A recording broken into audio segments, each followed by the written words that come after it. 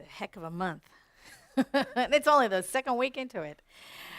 Our theme for the month is mindfulness. Mindfulness. We talked last week about mind the mind, right? Be aware. Be aware of your thoughts. Your thoughts are very, very powerful. They shape your world. And that then becomes the world you have to live in. So you want to be really, really careful about your thoughts. So today's talk is Be Here Now. And it's really talking about that sense of mindfulness, of being totally where you are when you're there. So I have a question for you. Don't turn around. However, you know Johnny Kirko is the director of operations. You may have seen him on the way in. Who knows who Johnny Kirko is? Okay, so a lot of you do. Okay, don't turn around. What color shirt is he wearing this morning? Oh, good God. Good going, good going. What was the hair color of the person who gave you the bulletin this morning? Beautiful brown. Okay, good. You guys are doing great.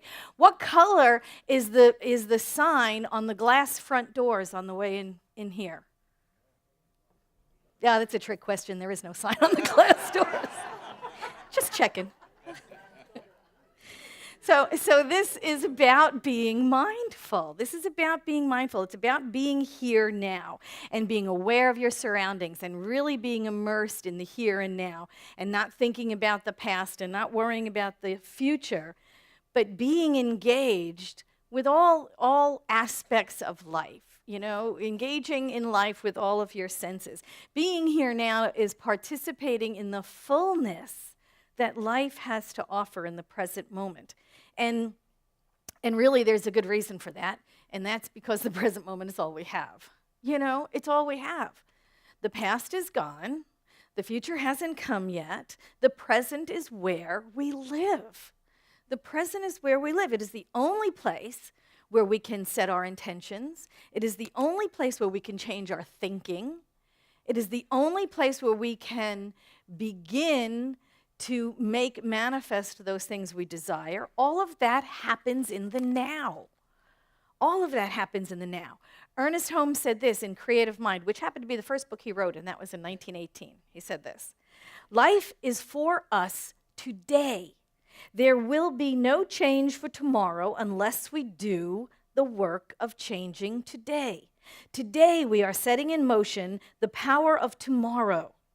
Today is God's day, and we must extract from it what of life we are to live. Tomorrow, in the divine course of events, will take care of itself. The soul that learns to live in the great gladness of today will never weary of life, but will find that he is living in an eternal here and now." It's all we have. That is all we have is today. And so it is incumbent upon us to enjoy it, to savor it, to really mine it for all the good. Everything that happens to us in our lives starts from mind, right? That's what we say. Everything begins with a thought. Thoughts are things. Thoughts outpicture somewhere. Our predominant thoughts will outpicture. I used to say that our life is the report card of our previous thinking. What we are experiencing now is the result of thoughts that we had before now. So today is so important. It is all we have. It is the only place where change can happen. Ernest Holmes said, there will be no change tomorrow unless we've done the work today. And he's right. He's right. That's what we do. That's what we do affirmative prayer for, isn't it? We accept gladly the truth of our being, our qualities of God, so that they manifest tomorrow. When we set powerful intentions in the now, it changes the course of our lives. That's the way affirmative prayer works, right? We're always taught when we pray affirmatively, we pray in the present tense, right? We pray in the present tense, we set powerful intentions, we pray with purpose, we pray with power, we pray as if. We pray in the present tense. We meditate on God being all there is. That's step one. That's recognition. We meditate on God being all there is. That's the core concept one, right? God is all there is. God is all there is. There's only energy. Whether it's in form or out of form, it's only energy. Okay? So we call that God. So we contemplate the truth that if God is all there is, then that is the truth of us also. Because we cannot be separate and apart. If energy is energy and it's the same everywhere, then we are that also. We are the same stuff that God is. We're all made out of the same stuff. So we meditate on those first two steps. Recognition, God is all there is. Unification, I am one with that. I am one as that. Not even one with that, because that even indicates there's two things. I am one as that. I am that in form. There is no separation. We're made of the same stuff as spirit. Everything's made out of the same stuff. Everything is energy. And its basic building blocks of all life everywhere is the same stuff. So we meditate on those two steps until we know it. More than know it, we feel it. We feel it. It goes down here. It becomes a visceral, right? We meditate on those first two steps until we know it. And that is the mental activity of affirmative prayer. And we continue until we feel it. And that's the visceral energetic of affirmative prayer. So we know it, we feel it, then we speak our word in the third step with power and authority. We speak in the present tense. We speak as if it already is, because it already is on some level. Because it already is in form at some level. And so I just want to go to this quote. This is in Lessons in Spiritual Mind Healing. Spirit exists independent of space and form and time, right? We know that. We accept that God is both immanent and transcendent, right? In and out of space and time. It transcends space and time, but is also in space and time. So Ernest Holmes said this: Spirit exists independent of time, space, and form. Spirit is universal. The action of thought creates form. Form automatically projects space and time.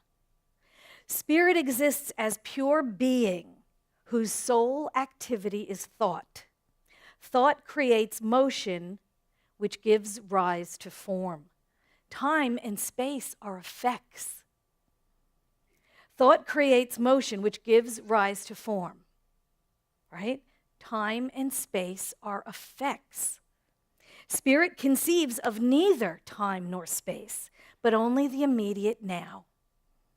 Ideas which give rise to things are in the universal here and in the ever-present now. Does that make sense? I know it's a lot of words, but that is the essence of affirmative prayer. That is why affirmative prayer works. That's how it works. And I know we don't have to get into the how. I know we're not supposed to get into the how. That's not our need to know, right? We're on a need-to-know basis, and we don't need to know. We don't need to know the how. I get it. But that is why affirmative prayer works, because Spirit transcends space and time and is in the eternal now, exists in the eternal now. So we don't have to know how it works. We just have to know that it works. We just simply need to know that it works. We have to fling ourselves with wild abandon into this philosophy and trust that it works. And that at some level, when we speak our word with that power and authority, that it is. It is, because it is at some level. It may be outside of space and time, but space and time are the effects. So it shows up when it shows up. Does that make sense? It's the only place we can do our work is in the present tense. The only place where we have our power is in the present tense. Ernest Holmes went on to say this: metaphysical or spiritual healing is based on an assumption that we live in a spiritual universe now. We are spiritual beings now, that the kingdom of heaven is at hand now, that spiritual humankind is perfect now, and that the mind of God and the energy of the universe is available to us now. It all exists now. Everything is in the present tense. Everything is now because Spirit transcends space and time. So have I made that totally irresistible? So now you're like, yes, I want to live in now. right now. Do you? Of course, of course. We want to be here now. So the only things that are keeping us from being here now, being totally and fully here now, are what? It's just fear, our preoccupation with the past, regret, worry about the future, trying to figure it out. You're not there yet. Don't try to figure it out. Spirit's job is to figure it out.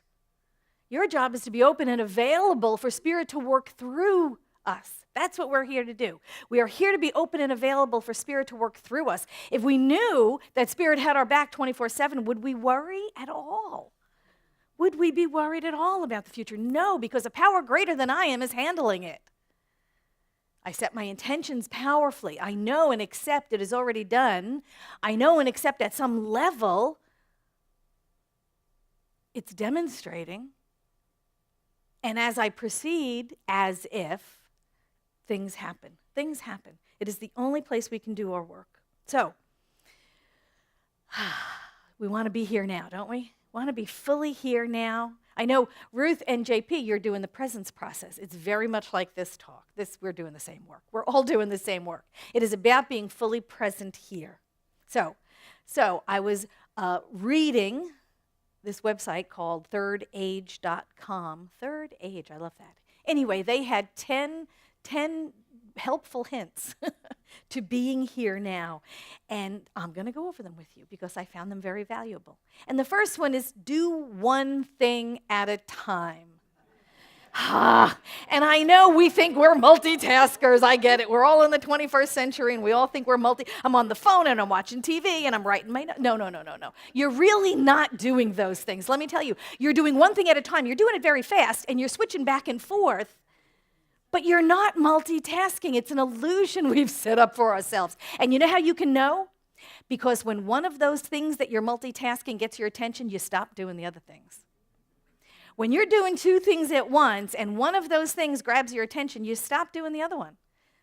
That's how you can tell you're not really multitasking. You're just doing more than one thing at a time and you're jumping back and forth and back and forth. Do one thing at a time. Let it get your entire attention. Stop trying to multitask. Just breathe and give what is in front of you your entire attention. Doesn't it deserve that? Absolutely, absolutely. You know, there's a Zen saying, when walking, walk. When eating, eat. There's nothing else to do but what is in front of us to do. It's a great way to become mindful. It is a great way to be here now, to do what is in front of you to do and give it your full attention. Okay, second thing, do it slowly and deliberately. Wow, how many times are we rushing through things, right? I have got a full day of stuff to do. I am rushing from one thing to the next. I've got all sorts of tasks to check off my list. So what if you slowed down just a bit and you did everything purposefully? You gave it your full attention like you had nowhere to go and nothing else to do. You just gave the task in front of you your entire attention. Because normally what we do is we're already thinking of the next thing we have to do while we're doing the thing in front of us. And that's how we hit our head, and that's how we drop stuff, and that's, you know that old expression about haste makes waste? It really is. There's truth to that one, let me tell you. And the thing is, we're rushing full speed, so what? So we can get to the next task. I mean, it's not like there's, this vacation in Hawaii waiting for us. We're rushing full speed ahead so we can just get to the next job we think we have to do. Slow down. Slow down. Do what is in front of you to do. Do it slowly and do it deliberately and give it all your attention. What are you going to save by rushing through it? Maybe 6 seconds? Really? That's what they said, right? When drivers speed on the freeway, they said they actually get to their destination 6 seconds before the person who doesn't. I mean, really, that's all. That's all. So slow down, do it deliberately. Number 3, do less. Don't say that. I know, right? We all lead very busy, very complicated, multifaceted lives. I get it. Do less. Pick and choose those things on your list of priorities that you must do, that you have to do. Look at the things you think you should do. You know, I did make those air quotes, I'm sorry. Those things you think you should do. Look at the things that you think that other people expect you to do. Let go of some of those things. Let go of some of the things on your list that you don't want to be doing, that you don't have to be doing. You know, sometimes no is a complete sentence. Honest to God, sometimes, you know, it's just like just saying, hey, you know what, that doesn't work for me, is a complete sentence. Pick and choose those things that you will do. Prioritize. Release some of those things that are not serving. Yep, just release them if they are not serving you. Number 4, put space between things. I love this one. I think this is a great thing. Put some space. When you finish something and before you start the next thing, give yourself a breather. Even if it's 5 minutes, give yourself 5 minutes to just to breathe, just to sit, just to be, just to let go of the thing you just completed and acknowledge yourself for completing it and have some space. Just put a little space in between your list of things to do. It brings us present. It just brings us present. We can finish something. We can put a little space. We can give ourselves some quiet time, some unstructured time before we hit that to-do list again. Brings us fully present in the moment. This is number 5. And number 5 says, spend at least 5 minutes each day sitting in the stillness. Now, this is not the time in between things. This is a dedicated 5 minutes to sit in the stillness, to allow yourself to just be. Now, who here meditates? Daily meditation practice? Yay. Okay. If you don't have a dedicated meditation practice yet, this is the way it starts. This is the way it starts. You give yourself 5 minutes of just sitting in the silence. Concentrate on your breathing. Just go to the breath and notice your breath. You know that whole let your mind go blank, don't have any thoughts? It doesn't work. I'm here to tell you it doesn't. Okay? You have a thought. The thing is, don't be connected to the thought. Don't let the thought run you. Notice the thought. I'm thinking a thought. And just let it go. Let it cruise right through. So you're not attached to the thought, but you're not actively trying to not think because we can't not think. We're thinking beings. So you sit for 5 minutes and concentrate on your breathing. If a thought arises, observe the thought.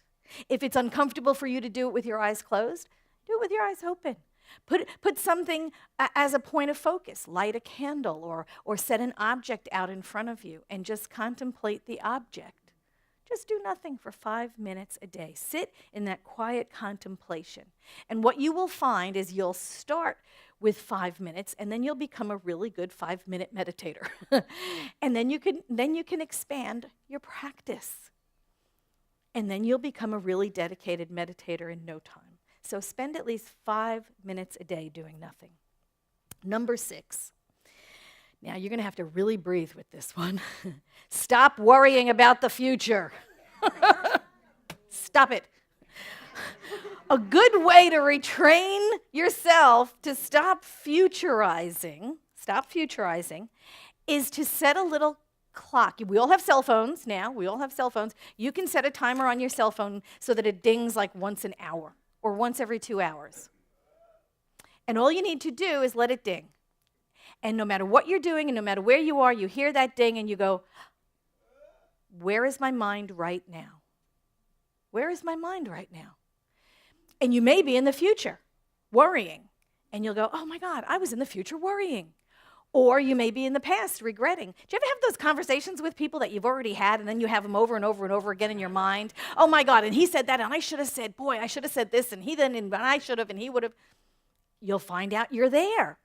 Gosh, I'm in the past most of my life. I'm rehashing old conversations. Well, that's productive. Not. It may surprise you how far your mind travels in a day. You cover decades, don't you? I mean, really, things from when you were 8, things from when you're going to retire, 20 years from now. We travel all over in our minds. The chime is to bring you back to the present tense. Bring you back to the present moment so that you can be mindful. Oh, be here now. Be here now. Be here now. Stop regretting the past. Stop having those conversations about, that, whatever it was, with whoever it was. Stop worrying about the future. Spirit's already there, taking care of you. Spirit has your back. Be here now. And that's what the chime does. It allows us to be here now. Number 7, when you're talking to someone, be present. Be present with them. You know how when you're talking to someone and you're talking to someone or someone is talking to you and we're just thinking we wish they would just shut up so we can tell them what we know? I love that. We're so good. When we're talking with someone, just be present. Be present to the gift. They're sharing something that is important to them. And the greatest gift we can give them is to be present and available to what they're saying. Being present and available to what they're saying, But we normally listen with an agenda. Oh, God, I can't wait for them to stop talking so I can tell them what I know now about that thing. Or we're trying to give advice or, all that kind of stuff. We're giving them unsolicited advice, which is even worse. Yeah, stop doing that. Stop doing that. I'm wearing enough lipstick. These shoes do match these pants. Just leave me alone. Right? You don't need to give people unsolicited advice. That's what I'm talking about. When we are in that active listening stage, we have no place else to go and nothing else to do but to hear what that person is saying. Make eye contact. Put the newspaper down when someone else is talking to you. Make it a priority to listen to what they're saying. Does anybody even read newspapers anymore? That's an old reference, isn't it? Sorry. Everybody's on their iPad. So put the iPad down. There you go. Old reference. Stuff I learned in parenting classes, when we had kids, they always said when the child wants to talk to you, get down at their level, make eye contact, put the things away, be present for the child. Well, we're all children. So it's the same thing. Be present. Be present to what someone wants to say to you. That's a gift they're giving you. And it deserves our full attention. So no agenda, no unsolicited advice giving, no solving their problems for them. Just being awake and aware and engaged in what someone else has to say. Just active listening. Number 8. This is the one I always have a problem with. Eat slowly and savor your food. I think this is a regional thing. I know when I lived down south, boy, they could make a meal last 4 hours, it was always very slow and leisurely. And I'm from New York, and it's like a race to the finish. Who can finish their meal first? I don't know what the winning is all about, but it's a regional thing. And so my practice has been that one a lot. Slowing down and eating purposefully and savoring every morsel, savoring every flavor, really tasting the food that we're eating, tasting the spices and the herbs and enjoying what's in front of us. And it helps your digestion too. So there's an added benefit when you slow down and you're really conscious with your food. It helps the whole body. Now, along with slowing down your eating, it's slowing down your life. Live slower and savor your life, along with your food. Live longer and savor your life. Notice the flowers. Notice the scents around you. Notice the colors and the sounds that fill the day. Notice the things around you. Notice the beauty in life. Notice the grass. Take notice of the different faces that are around you, all the different varieties of living. Be mindful of all of the gifts you have already been given. The lovely day, the lovely weather, the company, the friends, the people around you, even the ones you don't know, they're just friends you haven't met yet. Just to be mindful of all the people and things that are around you. I had a girlfriend back east who was a pediatric oncology nurse. And a lot of her patients didn't make it out of the hospital. They came in and they died there. And, I thought, oh my God, that's got to be one of the most depressing jobs in the whole world. And she said to me one day, no, you know what, really? She said, it just makes me Savor every moment of life. She said, things that I would have never done before, I do now. Like if I'm driving down the freeway, I'll pull over if I see a field of flowers just to enjoy the flowers. They'll just take my attention, and I'll just go there and I'll just observe them for a while and just enjoy them. And that's what we are meant to do, to enjoy that, to enjoy the life we're living, to savor it for the goodness that it is. Savor everything about it, the cool air, the warm air, the sun, the rain, whatever it is, to enjoy what is, And number 10, I love this one too. Make cleaning and cooking about meditation. Make it a meditation. Just like when the Zen saying before, when walking, walk, when eating, eat, when doing dishes, do dishes. Don't be thinking about 3,000 other things that you're going to do after it, or that you've done during the day, or that you need to do tomorrow. Be with the dish. Be one with the dish. I love that. But wash the dish. Feel the texture of it. Feel the bubbles. Feel the soap. Feel the sponge. Feel the warm water on your hands. Feel that cascading across the dish. Be there. Be fully present with the dish. When you're cooking the same thing, bring your attention and intention to your cooking. Be conscious. Consciously create what you're doing. You know, before we wander off in our minds and our every place else but what we're doing, and then we're on automatic pilot, savor what we're doing. Really wash the dishes with that intention. When we give something our entire attention, we are in the present moment. Yes? We're in the present moment. So, there are your 10 ways to develop more mindfulness, so it's so interesting, isn't it? Here's 10 things to do so that you're not doing stuff. So that you're in the present moment. A little oxymoron. That's why hyphenated is not hyphenated, but non-hyphenated is, you know. Anyway, it's one of those things. Things to do that just bring you right into the now. Bring you right into the now. I want to finish with this. Ernest Holmes in Living Without Fear. He says this: the past is behind, and whatever doubt it may have held is gone with it. The future is before us, bright with prospects. The eternal Sun of Righteousness is ever ascending, never to descend. Let us look toward the high goal of lasting attainment, fearless and happy. Let us live in the present, looking neither backward in horror nor forward in apprehension, but looking into the present with joy, abiding in faith. That's what we're here to do. Enjoy the now. Enjoy the now.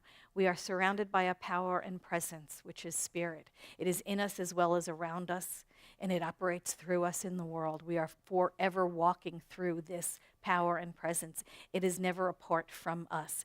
It supports us. Allow it to, and enjoy and savor each and every moment of our days. You know, we all have expiration dates. The physical world will someday come to an end for us, and we don't want to get there and realize we never lived.